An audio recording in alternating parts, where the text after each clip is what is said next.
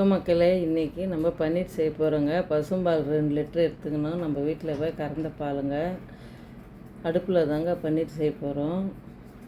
ஒரு கடாயை வச்சு பால் ஊற்றுக்கோங்க.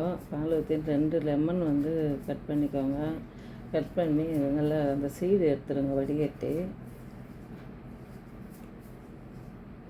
லெமன் இல்லைனாலும் வினிகர் கூட ஊற்றலாங்க.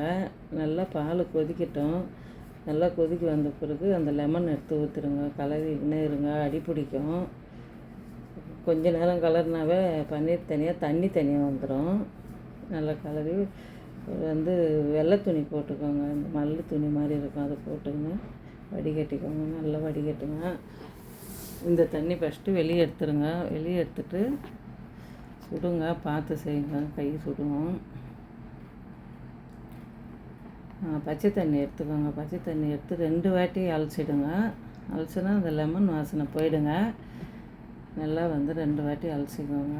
இது மாதிரி கரண்டி விட்டு நல்லா கலரிக்கோங்க. கலரி நல்லா பிழிஞ்சி எடுத்துருங்க. கை சுடுந்தாங்க, பிழிஞ்சி எடுத்துருங்க. இது மாதிரி கல் இருந்தால் இது மாதிரி அமுக்கி விடுங்க. இருக்கிற தண்ணி மொத்தம் வெளியே வந்துடும். நாங்கள் இந்த கல் தாங்க. நீங்கள் வேறு எதுனா இருந்தால் வைங்க, வெயிட்டு வைங்க மேலே. இந்த மாதிரி வந்துச்சு. இதை எடுத்து ஃப்ரிட்ஜில் வைங்க. ஒரு நைட்டு ஃபுல்லாக ஃப்ரிட்ஜில் இருக்கட்டுங்க. ஒரு டப்பாவில் போட்டு ஃப்ரிட்ஜில் எடுத்து வச்சுருங்க.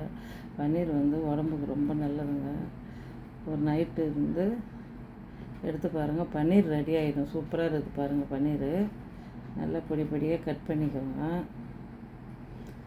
கட் பண்ணி எடுத்து ஃப்ரிட்ஜில் வச்சுருங்க. ஃப்ரீசரில் வைங்க, ஃப்ரிட்ஜில் வேணாம்.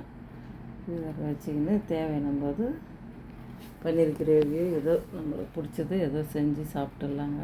இந்த பஞ்சு மாதிரி வந்துடுச்சு. இது மாதிரி ஒரு வாட்டி செஞ்சு பாருங்கள் உங்கள் வீட்டில். சூப்பராக இருக்குதுங்க பன்னீர்.